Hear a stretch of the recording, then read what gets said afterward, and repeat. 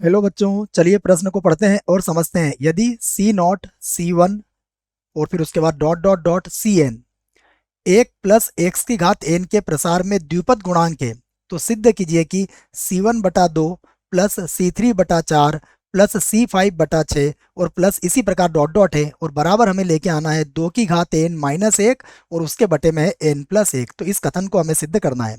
प्रश्न को हल करने से पहले प्रश्न के लिए हम मुख्य अवधारणा देख लेते हैं, जिसकी सहायता से हम इस प्रश्न को हल करेंगे। तो मुख्य अवधारणा, मुख्य अवधारणा में हम समाकलन का एक सूत्र लिखेंगे यहाँ पर, जिसका प्रयोग हम इस प्रश्न में करेंगे। तो देखो मैं लिख देता हूं। हमें याद है समाकलन x की घात n dx, इसका जो समाकलन होता है वह होता है x की घातांक n प्लस एक और बटा n प्लस एक, और यहाँ पर n कभी भी माइनस एक के बराबर नहीं होता है। तो यह एक सूत्र है जिसका प्रयोग हम इस मुख्य अवधारणा में या फिर इस प्रश्न में करेंगे। ठीक है, तो चलिए प्रश्न को लिखते हैं। प्रश्न में हमें जो दिया गया है वह दिया गया है वन प्लस एक्स की घात एन का प्रसार। तो मैं सबसे पहले उसका प्रसार लिख लेता हूं। देखो, तो अब सबसे पहले एक प्लस एक्स की घातांक एन, और जब हम इसका प्रसार करेंगे तो इसका प्रसार आता है, यह हमें याद होना चाहिए, इसका प्रसार होता है सी जीरो या सी नॉट बोल सकते हैं, प्लस ये होता है सी वन एक्स प्लस हो जाएगा C two x plus C two x की घात दो होगा, है ना। उसके बाद होगा सी थ्री और ये हो जाएगा एक्स की घात तीन, और प्लस इसी प्रकार जब हम इसका प्रसार आगे करेंगे तो इसका अंतिम पद आएगा सी एन, और देखिए ये हो जाएगा एक्स की घात एन। ये इसका प्रसार होता है। अब हमें जो प्रश्न हल करना है, देखो उसमें हमें C1 के बाद C3, C3 के बाद C5 चाहिए, अर्थात यहाँ पर C2 और C4 हमें नहीं चाहिए। तो जब भी हम इस प्रकार के द्विपद प्रसार को हल करते हैं, हम सबसे पहले इसका समाकलन करेंगे। तो देखो मैं इसका समाकलन कर देता हूं। तो मैं इस बात को लिख भी देता हूं कि सीमा सीमा जीरो से ए के मध्य समाकलन करने पर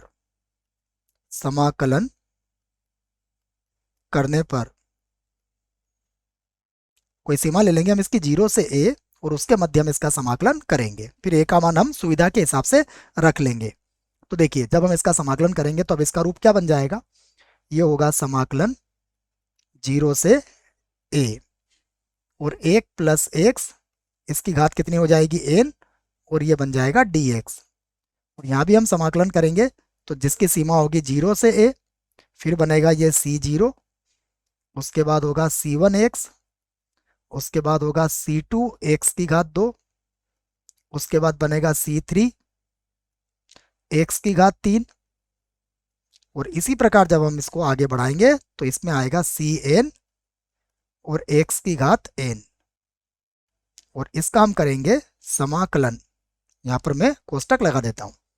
तो देखिए जैसा कि मैंने समाकलन का सूत्र यहाँ पर लिख दिया है, इसका समाकलन क्या हो जाएगा, इसका समाकलन होगा एक प्लस एक्स और ये होगा एन प्लस एक, और इसके बटे में भी कितना आ जाएगा, बटे में भी आ जाएगा एन प्लस एक, और इसकी जो सीमा दी हुई है वो है जीरो से ए, बराबर यहाँ भी यही करेंगे। देखिए सी जीरो, तो सी जीरो का समाकलन क्या होगा, सी जीरो या सी नॉट एक्स, तो ये सी नॉट एक्स हो जाएगा, ये हो जाएगा सी वन, और एक्स का समाकलन क्या होगा, एक्स की घात दो बटा दो, प्लस फिर से होगा सी टू, और यहाँ एक्स की घात कितना हो जाएगा तीन, और बटे में भी कितना आ जाएगा तीन। इस प्रकार हम इसका समाकलन आगे भी कर सकते हैं। देखो ये होगा सी एन, और उसके बाद होगा एक्स की घात एन प्लस एक, और यहाँ बटे में होगा एन प्लस एक, और इसकी सीमा क्या है, इसकी सीमा चलेगी जीरो से ए।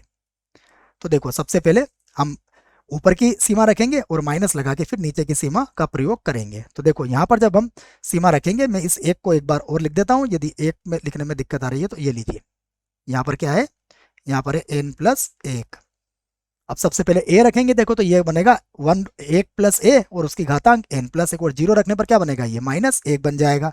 हमें ये पता है ऊपर की सीमा रखते हैं और फिर माइनस लगा के नीचे की सीमा का प्रयोग करते हैं।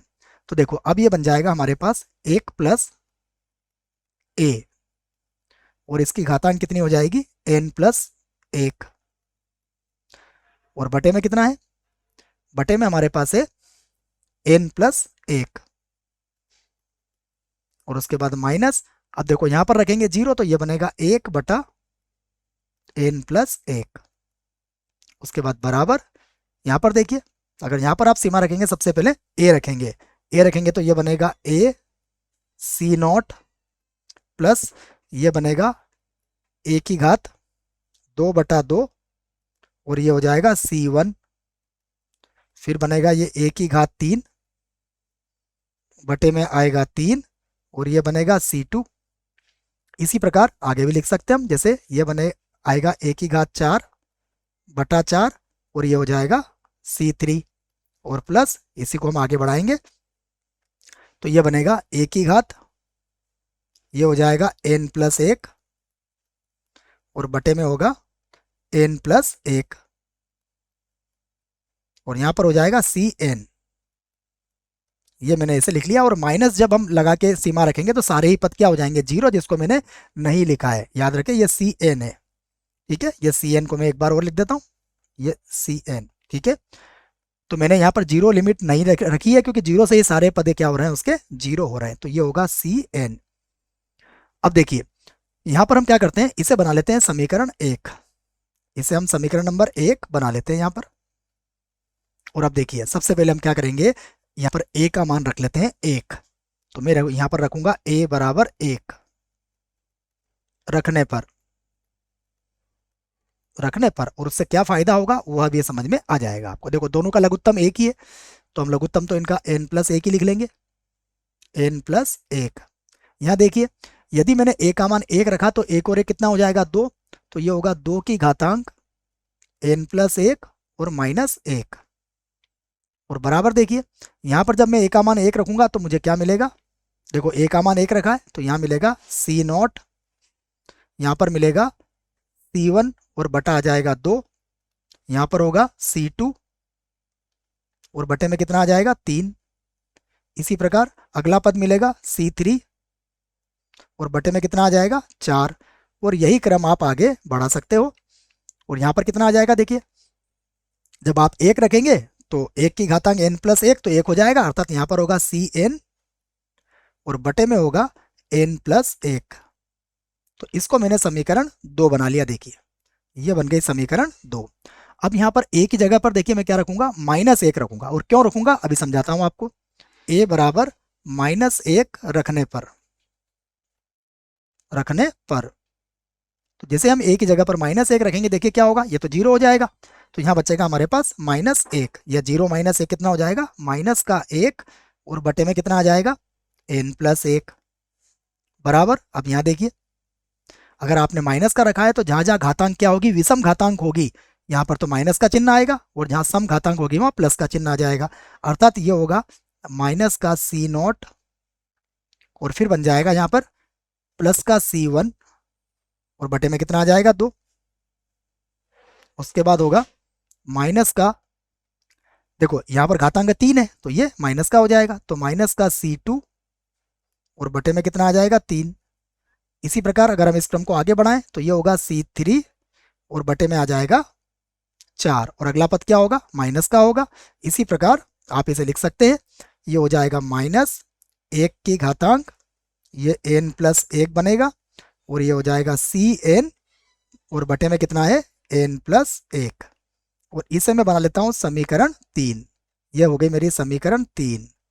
अब आप समीकरण 2 और 3 को ध्यान से देखिए, और हमें जो सिद्ध करना है उसे देखिए। जो हमें सिद्ध करना है उसमें हमें क्या लेके आना है, हमें उसमें लेके आना है c1, c3 और c5, मतलब 1 3 5 हमें लेके आना है। तो अब आप देखिए समीकरण 2 और 3 को अगर आप ध्यान से देखोगे और आप इन्हें जोड़ लेते हो तो c0 से c0 कट जाएगा, c2 से c2 कट जाएगा, इसका मतलब जो सम वाले हैं वो कट जाएंगे और विषम वाले हमारे 1 3 5 बच जाएंगे। तो मैं यही करूंगा, समीकरण 2 और 3 को जोड़ लूंगा। मैं लिख देता हूं समीकरण 2 व 3 को जोड़ने पर, समीकरण 2 व 3 को जोड़ने पर, यहां पे लिख देते हैं हम जोड़ने पर, देखिए जब इन दोनों को जोड़ेंगे तो सबसे पहले तो इनका बायां पक्ष जुड़ेगा। बायां पक्ष क्या था हमारे पास, ये था 2 की घात n प्लस 1 माइनस 1 बटा n प्लस 1, इसे और इसे जोड़ लेंगे हम।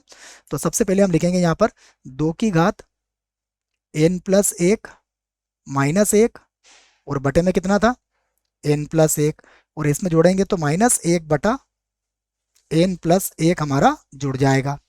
और उसके बाद देखिए जब हम इन्हें जोड़ेंगे तो क्या होगा, यहाँ देखिए सी नॉट से सी नॉट कट रहा है तो C1 बटा 2 और C1 बटा 2 कितना हो जाएगा 2C1 बटा 2, और C2 या C2 बटा 3 से ये माइनस का C2 बटा 3 कट जाएगा तो हमारे पास C3 बटा 4 और C3 बटा 4 वाले पद ये जुड़ जाएंगे और ये 2 हो जाएंगे। तो देखो क्या बचेगा यहाँ पर, इसको देख लेते हैं हम।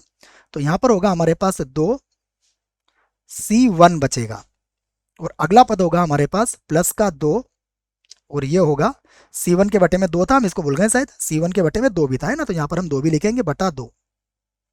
उसके बाद होगा 2C3, और यहाँ पर भी बटे में कितना है, यहाँ बटे में हमारे पास 4। इसी प्रकार अगर इसको आगे देखें तो क्या बनेगा 2, और ये हो जाएगा C5, और बटे में इसके कितना आएगा 6। और इसी प्रकार सारे पदों को हम यहाँ पर जोड़ सकते हैं।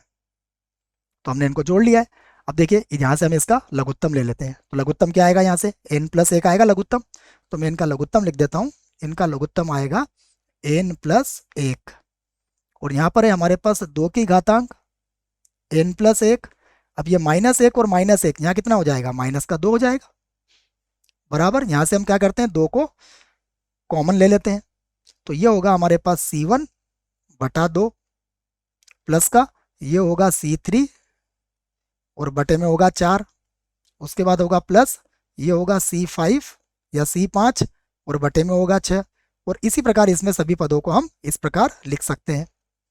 यहाँ से देखिए क्या यहाँ से 2 कॉमन आ सकता है, तो मैं यहाँ से 2 को कॉमन ले लेता हूँ। तो ये होगा 2 जैसे ही कॉमन आया, 2 की घात n प्लस 1 में से कितना बचा, 2 की घात n बचेगा, और यहाँ पर कितना आ जाएगा माइनस 1, और पूरे के बटे में कितना है, पूरे के बटे में है n प्लस 1 बराबर। यहाँ पर 2 तो वैसे ही होगा, ये होगा C1 बटा 2 प्लस ये होगा C3 और बटे में होगा 4 प्लस ये होगा C5 और बटे में होगा 6। और इसी प्रकार इन पदों को आप आगे लिख सकते हो। अब देखिए आप ये कह सकते हो कि 2 से 2 कट जाएगा, तो ये 2 से 2 तो आप काट दीजिए। और देखिए आपको क्या सिद्ध करना था उसे देख लेते हैं हम।